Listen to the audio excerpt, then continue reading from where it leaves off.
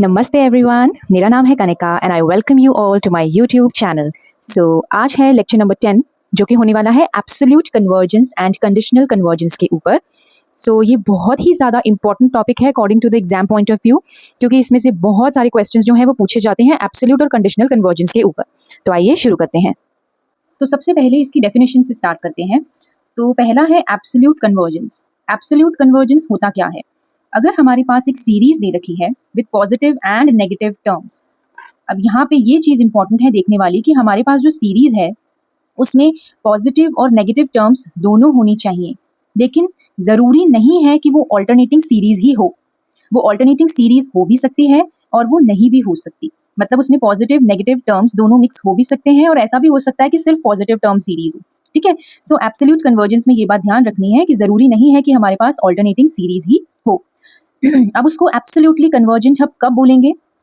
जब हमारे पास जब UN का एब्सोल्यूट हम लेंगे, जब इस सीरीज का हम एब्सोल्यूट लेंगे, यानी कि सारे के सारे टर्म्स जो है वो क्या हो जाएंगी, पॉजिटिव हो जाएंगी, और ये वाली सीरीज जब हमारे पास कन्वर्जेंट निकल के आएगी तब हम बोलेंगे कि हमारी जो सीरीज है वो एब्सोल्युटली कन्वर्जेंट है। फिर से इस बात को समझिए, कब हमारे पास एक सीरीज जो है वो एब्सोल्युटली कन्वर्जेंट कहलाएगी? जब हम उसका एब्सोल्यूट निकालेंगे, उस सीरीज का जब हम एब्सोल्यूट निकाल कर देखेंगे कि वो सीरीज कन्वर्ज कर रही है या नहीं कर रही है। अगर ये वाली सीरीज हमारे पास कन्वर्ज कर रही है तभी हम बोलेंगे कि ये जो सीरीज है ये एब्सोल्युटली कन्वर्जेंट सीरीज है। एक बार एक्सप्लेनेशन देखिए।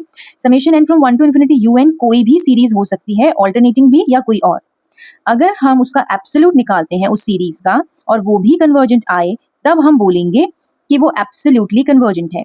इसमें सारी टर्म्स पॉजिटिव होंगी क्योंकि हम मॉड्यूलस ले रहे हैं, एब्सोल्यूट वैल्यू ले रहे हैं, इसीलिए जब ये वाली हम सीरीज लेंगे तो सारी की सारी टर्म्स क्या बन जाएंगी? पॉजिटिव बन जाएंगी। इसका अब आप एक एग्जाम्पल देखिए, तब आपको अच्छे से समझ में आएगा। ठीक है, देखिए यहाँ पे हमारे पास एग्जाम्पल दिया हुआ है, समेशन UN 1 + 1/2। देखो पहली दो टर्म्स पॉजिटिव हैं, फिर दो टर्म्स नेगेटिव हैं, फिर पॉजिटिव हैं। तो ये तो हमको समझ में आ गया that this is not an alternating series, क्योंकि ऑल्टरनेटिंग सीरीज में एक पॉजिटिव एक नेगेटिव, एक पॉजिटिव एक नेगेटिव, इस तरह से होता है। तो इसमें पॉजिटिव नेगेटिव टर्म्स तो हैं, but this is not an alternating series. अब हम आते हैं अपने मॉड्यूलस पे। इसका हम इसी सीरीज का हम क्या निकालेंगे? मॉड्यूलस निकालेंगे। मॉड्यूलस निकालने का मतलब है जितनी भी टर्म्स थी वो सारी की सारी क्या हो जाएंगी? पॉजिटिव हो जाएंगी। अगर वो सारी की सारी टर्म्स पॉजिटिव हो जाएंगी तो अब हमें क्या चेक करना है? अब हमें चेक करना है कि क्या ये वाली सीरीज हमारी कन्वर्ज कर रही है या नहीं कर रही है। तो अब हमारा जो हमने अभी तक इतने सारे टेस्ट पढ़े थे, ज्योमेट्रिक सीरीज टेस्ट हो गया, पी सीरीज टेस्ट हो गया और लेबनीज टेस्ट हो गया। लेबनीज तो खैर इसमें नहीं लग सकता क्योंकि वो ऑल्टरनेटिंग सीरीज में लगता है। कॉशीज nth रूट टेस्ट हो गए। तो जितने भी टेस्ट हमने अभी तक पढ़े हैं वो सारे के सारे टेस्ट जो है हमें देखना है, याद करना है कि कौन सा टेस्ट जो है हम इस पर लगा सकते हैं। तो यहाँ पे हम लगाएंगे ज्योमेट्रिक सीरीज टेस्ट। क्यों? क्योंकि हम देख रहे हैं कि कॉमन रेशियो जो है वो हर बार सेम आती जा रही है। तो कॉमन रेशियो अगर सेम आ रही है तो हम यहाँ पर ज्योमेट्रिक सीरीज टेस्ट लगाएंगे। ठीक है, सो कॉमन रेशियो जो है वो 1/2 आ रही है, विच इज लेस देन 1। तो ज्योमेट्रिक सीरीज टेस्ट में था कि जब हमारे पास कॉमन रेशियो लेस देन 1 आती है तब हमारी जो सीरीज होती है वो क्या होती है? कन्वर्जेंट होती है। तो इसका मतलब ये जो मॉडुलस वाली सीरीज है हमारी क्या हो गई? कन्वर्जेंट हो गई। और अगर ये कन्वर्जेंट हो गई तो इसका मतलब हमारी जो मेन सीरीज है वो क्या हो जाएगी? एब्सोल्युटली कन्वर्जेंट हो जाएगी। क्या ये बात सभी को क्लियर है? अगर आपको ये बात क्लियर है तो आप कमेंट बॉक्स में डाल सकते हैं। अब हम इस नोट पर आते हैं। This is a simple note, बहुत ही सिंपल और कॉमन है कि अगर हमारे पास कोई सीरीज UN दे रखी है वो खुद एक पॉजिटिव टर्म सीरीज है, तो अगर मेन जो हमारी सीरीज है वही पॉजिटिव टर्म सीरीज है तो उसका जो मॉडुलस होगा वो भी पॉजिटिव ही आएगा, सेम ही आएगा। एक तरह से दोनों जो सीरीज होंगी वो क्या हो जाएंगी? बिल्कुल एक दूसरे की कॉपी हो जाएंगी, बिल्कुल सेम टू सेम हो जाएंगी। बस ये एक so this is the question, check for absolute convergence. ये हमारे पास सीरीज दे रखी है और हमें बताना है कि ये सीरीज जो है ये एब्सोल्युटली कन्वर्जेंट है या नहीं है। ठीक है, तो ये तो हमारा हो गया समेशन UN। अब हमें क्या निकालना है? Modulus of UN। ये वाला समेशन हमें फाइंड आउट करना है। यानी कि ये जो सीरीज हमारे पास है, अब आप देख पा रहे हो ये ऑल्टरनेटिंग सीरीज है 1/n वाली। ठीक है, तो इसका हमें मॉड्यूलस निकालना है। तो मॉड्यूलस निकालना है तो मतलब ये नेगेटिव साइन यहाँ से हट जाएगा, तो हमारे पास सिर्फ क्या बचेगा? Summation n from 1 to infinity 1/n। ये वाली सीरीज जो है हमारे पास बचेगी। आई होप यहाँ तक सबको क्लियर है। अब मुझे पता है कि हमारी ये जो सीरीज है 1/n by P series test, P series हमने पढ़ा है। P सीरीज टेस्ट अगर हम इस पे लगाएं तो हमें पता है यहाँ पे जो P की वैल्यू है वो क्या है? 1 है। और जब P की वैल्यू 1 होती है तो we are very clear about the fact that the series is divergent. और मैंने आपको सिंपली बताया था कि ये बड़ा ही क्लासिक एग्जांपल है 1/n सीक्वेंसेस से चलता हुआ आ रहा है, तो इसके बारे में आपको पता होना चाहिए, देखते ही समझ में आ जाना चाहिए that this is a divergent series. क्यों होती है? क्योंकि by P series test P की वैल्यू क्या है 1 है, तो सीरीज जो है वो डाइवर्जेंट मानी जाएगी। तो अगर हमारे पास मॉडुलस वाली सीरीज डाइवर्जेंट आ रही है, तो क्या मैं बोलूंगी कि हमारी मेन सीरीज जो है वो एब्सोल्युटली कन्वर्जेंट है?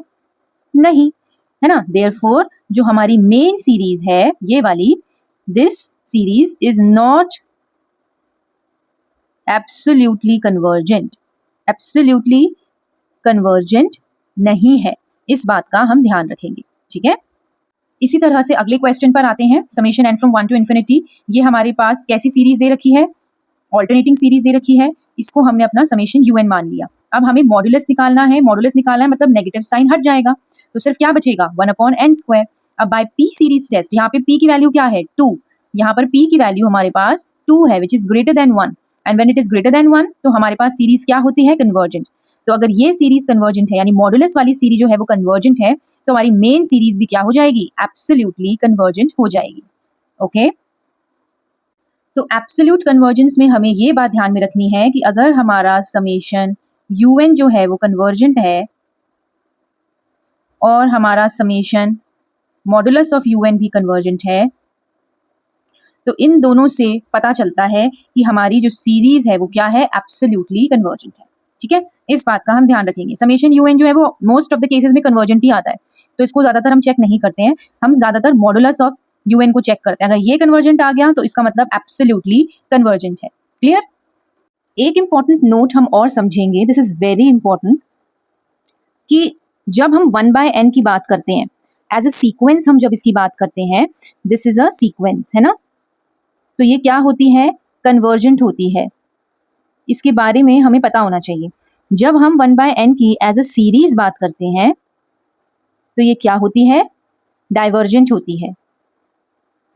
ऑलराइट, और जब हम 1/n की एज एन ऑल्टरनेटिंग सीरीज बात करते हैं, ये कैसी है? ऑल्टरनेटिंग सीरीज, ठीक है। तो इस केस में ये कन्वर्जेंट होती है। कन्वर्जेंट कैसे होती है ये मैंने आपको ऑल्टरनेटिंग वाले सीरीज वाले जो लेक्चर था उसमें समझाया था, क्योंकि ऑल्टरनेटिंग सीरीज के लिए हमें दो चीजें चेक करनी होती है। पहला चेक करना होता है कि सारी टर्म्स जो हैं वो पॉजिटिव हैं। दूसरा चेक करना होता है कि वो मोनोटोनिकली डिक्रीजिंग सीक्वेंस है, तो ये मोनोटोनिकली डिक्रीजिंग है, हमें पता है ये डिक्रीज होती जाती है।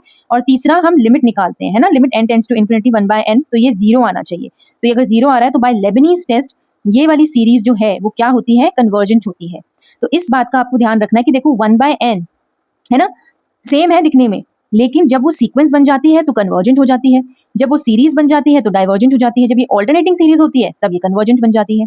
तो इस बात का हमें खासा ध्यान रखना है इस केस में जब हम एब्सोल्यूट कन्वर्जेंस कर रहे हैं, क्योंकि उस केस में हमारे पास क्वेश्चन तो इस तरह से दिया होता है, लेकिन जब हम मॉड्यूलस निकालते हैं तब हमारे पास ये जो सीरीज है वो कन्वर्जेंट नहीं आती, जैसा कि हमने ऊपर वाले केस में किया।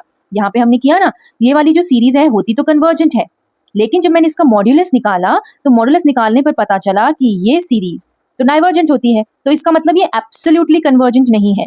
अभी आगे जब हम कंडीशनल के बारे में पढ़ेंगे तब हम देखेंगे कि ये वाली सीरीज जो है वो कंडीशनली कन्वर्जेंट होती है, ठीक है, कैसे होती है वो आगे देखेंगे। So this is our next question, जिसमें हमें दिया है summation n from 0 to infinity -100 की power n upon n factorial. So ये हमारा हो गया समेशन un, हमारी मेन सीरीज हो गई, राइट। अब हमें क्या निकालना है? Summation modulus of un। Modulus of un का क्या मतलब है? जो नेगेटिव साइन है वो हट जाएगा, सिंपल सी बात है। तो ये बन जाएगा 100 की power n upon n factorial. अब हमें इस वाली सीरीज को सॉल्व करना है। हमें दिख रहा है यहाँ पे फैक्टोरियल टर्म आ रही है और रेज टू पावर n आ रही है। फैक्टोरियल टर्म के लिए मैंने आपको समझाया था we will use d'Alembert's law, और रेज टू पावर के लिए हम कॉशीज nth रूट टेस्ट का यूज करते हैं। अब दोनों में से क्या इस्तेमाल करें? कॉशीज nth रूट यहाँ नहीं लगा सकती हूँ क्योंकि यहाँ पे फैक्टोरियल टर्म आ रही है, इसकी पावर 1/n करेंगे तो और कॉम्प्लिकेटेड हो जाएगा, करेक्ट। सो इसीलिए हम यूज करेंगे डी एलम्बर्ट्स लॉ।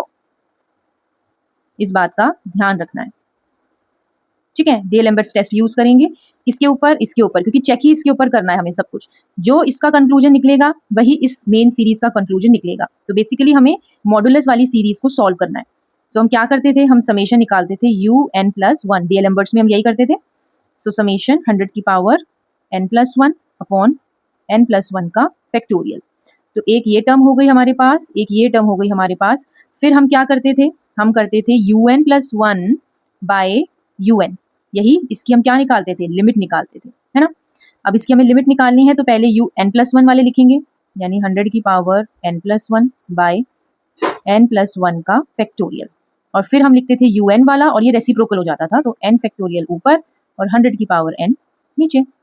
अब यहाँ से मुझे दिख रहा है 100 की पावर n कैंसिल हो जाएगा, यहाँ से मुझे दिख रहा है n फैक्टोरियल कैंसिल हो जाएगा, तो बस इसे ओपन करिए, limit n tends to infinity, ये हो गया 100 की power n into 100 into n factorial, और नीचे आ गया n plus one into n factorial into 100 की पावर n, तो ये कैंसिल, ये कैंसिल। सो लास्ट में जो हमारे पास बचा वो बचा limit n tends to infinity 100 upon n plus one, ये हमारे पास एंड में बचा। अब मुझे चेक करना है, ऑब्वियस सी बात है, लिमिट लगानी पड़ेगी, लिमिट लगाऊंगी तो नीचे इन्फिनिटी बनेगा और 100 अपॉन इन्फिनिटी जो है वो क्या हो जाएगा, जीरो। जीरो क्या आ रहा है, लेस देन वन आ रहा है, और डीएलेम्बर्ट्स लॉ कहता है when the limit is coming out to be less than one, तो हमारा जो मॉडुलस ऑफ un है वो क्या हो जाता है, कन्वर्जेंट, यानी जो सीरीज है वो क्या हो जाती है, कन्वर्जेंट। और सीरीज हमारी थी क्या, मॉडुलस वाली सीरीज थी, ये कन्वर्जेंट आ गई, इसका मतलब जो हमारी मेन सीरीज थी, यानी ये समेशन un जो हमारा था, ये हमारा एब्सोल्युटली कन्वर्जेंट हो जाएगा। ओके, सो आई होप ये क्लियर है। चलिए तो अब बढ़ते हैं अपने नेक्स्ट क्वेश्चन की तरफ, जो कि है n raise to power summation n is equal to 1 to infinity minus 1 की पावर है n cos n alpha upon में n रूट n। ठीक है, तो ये तो हमारी मेन सीरीज हो गई, हमें मॉडुलस निकालना है तो नेगेटिव साइन हट जाएगा, cos n alpha upon n root n हो जाएगा। अब यहाँ पर क्या लगेगा, कंपैरिजन टेस्ट लगेगा, क्योंकि और कोई टेस्ट यहाँ पे हम लगा नहीं सकते। तो कंपैरिजन टेस्ट के लिए मैंने क्या बताया था कि ऊपर से हम n की हाईएस्ट पावर निकालेंगे, यहाँ पे कुछ है ही नहीं तो 1 से कंपैरिजन करेंगे अब हम, ठीक है, डिवाइड बाय, यहाँ पे n की हाईएस्ट पावर कितनी है, देखो n की पावर 1 है ये, और ये n की पावर 1/2 है, तो n की पावर क्या बन गई 3/2, यानी कि 1 अपॉन n की पावर 3/2 से हमें कंपैरिजन करना है इसका। तो हमें कुछ नहीं देखना, हमें सिर्फ 1 अपॉन n की पावर 3/2 देखना है। इसमें पी सीरीज टेस्ट लगाएंगे, 3/2 जो है वो क्या है, ग्रेटर देन 1 है, तो पी सीरीज टेस्ट बोलता है कि अगर पी की वैल्यू ग्रेटर देन 1 है तो सीरीज क्या होती है, कन्वर्जेंट होती है। तो अगर ये सीरीज कन्वर्जेंट है तो हमारी मॉडुलस वाली सीरीज क्या हो गई, कन्वर्जेंट हो गई, तो और हमारी मेन जो सीरीज होगी वो एब्सोल्युटली कन्वर्जेंट हो जाएगी। सिंपल, हमें मेन ध्यान रखना है अपनी मॉडुलस वाली सीरीज का, मॉडुलस वाली सीरीज कन्वर्जेंट हुई तो हमारी मेन सीरीज जो है वो एब्सोल्युटली कन्वर्जेंट हो जाएगी। क्लियर, अगर ये समझ नहीं आया एक बार फिर से बताती हूँ, इसको हम कंपैरिजन करेंगे 1 अपॉन n रूट n से, यानी कि 1 बाय n की पावर 3/2 से। यहाँ पे p की वैल्यू क्या है, 3/2 है, विच इज ग्रेटर देन 1, तो बाय p सीरीज टेस्ट ये जो सीरीज है वो कन्वर्जेंट है, अगर ये कन्वर्जेंट है तो ये भी कन्वर्जेंट है, इसीलिए हमारी जो मेन सीरीज है वो एब्सोल्युटली कन्वर्जेंट है।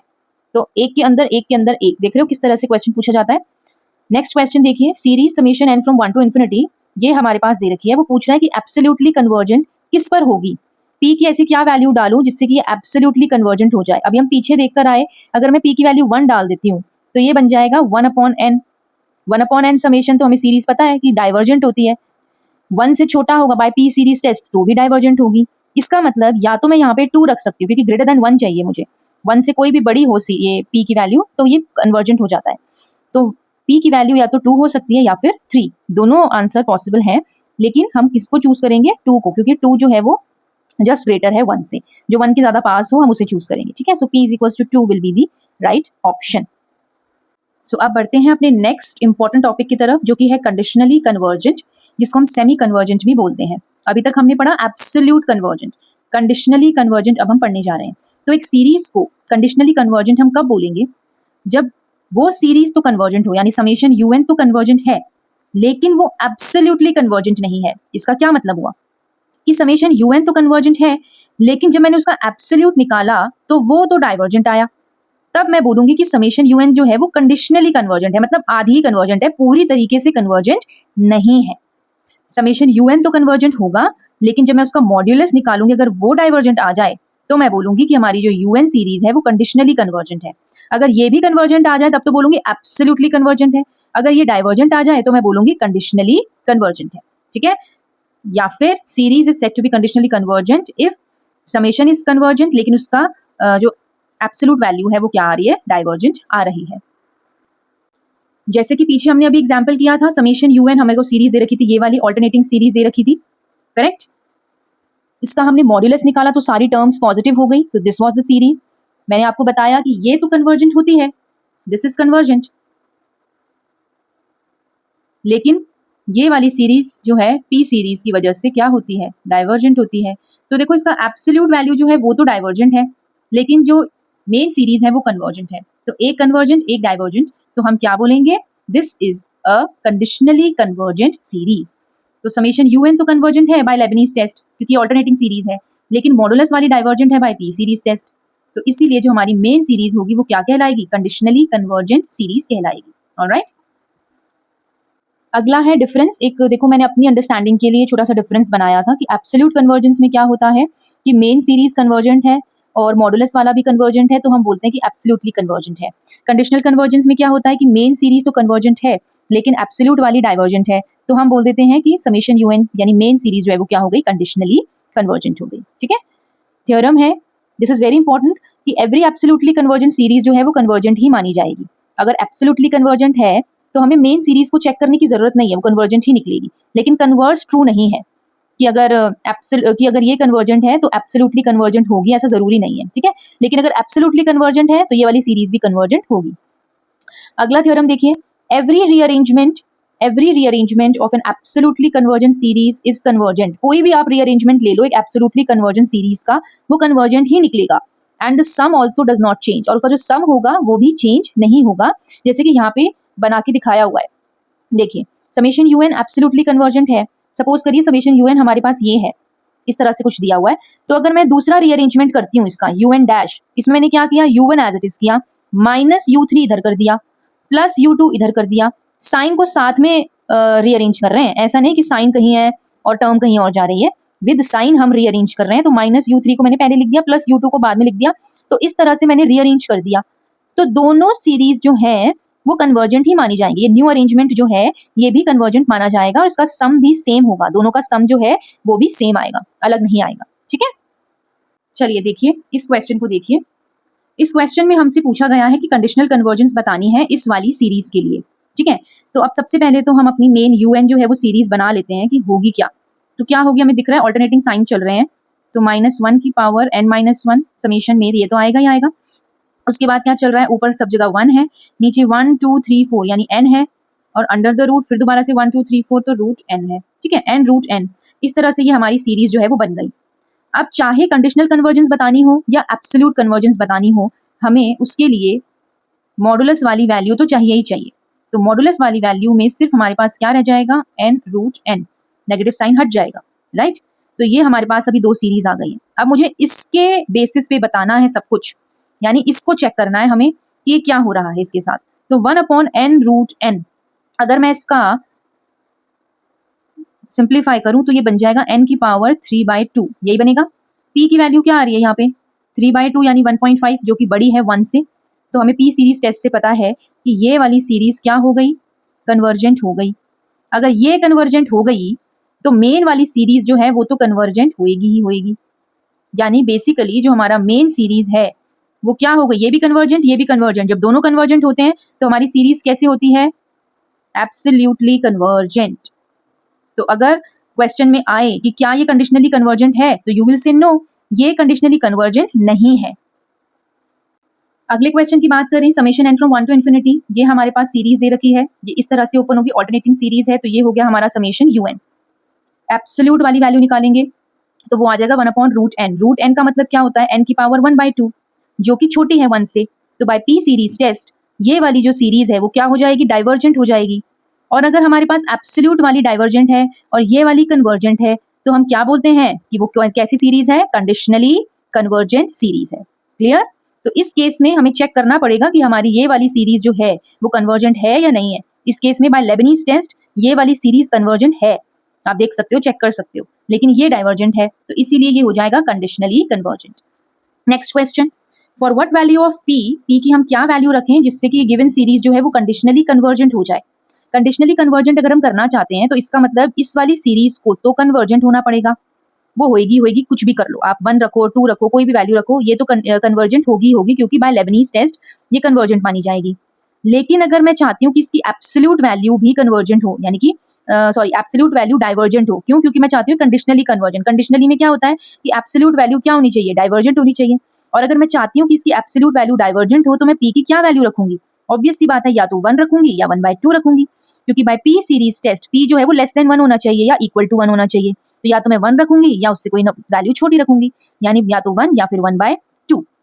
तो बेसिकली जो सबसे क्लोजेस्ट वैल्यू है वो क्या होगी? p is equals to 1। तो बेस्ट आंसर तो हमारा p इज इक्वल्स टू 1 होगा।